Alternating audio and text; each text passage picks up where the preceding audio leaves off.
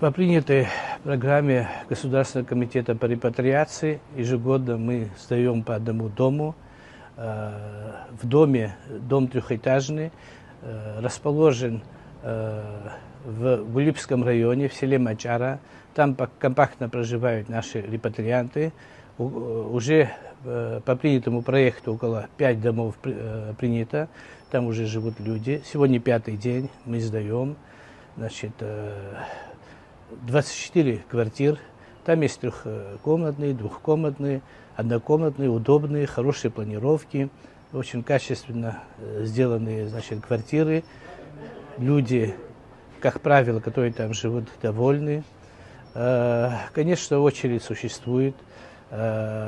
Люди, которые раньше приехали, получают первую очередь. Также мы предоставляем, значит, первоочередные, значит, номера людям, которые отвоевывали нашу свободу, участники Отечественной войны в Абхазии.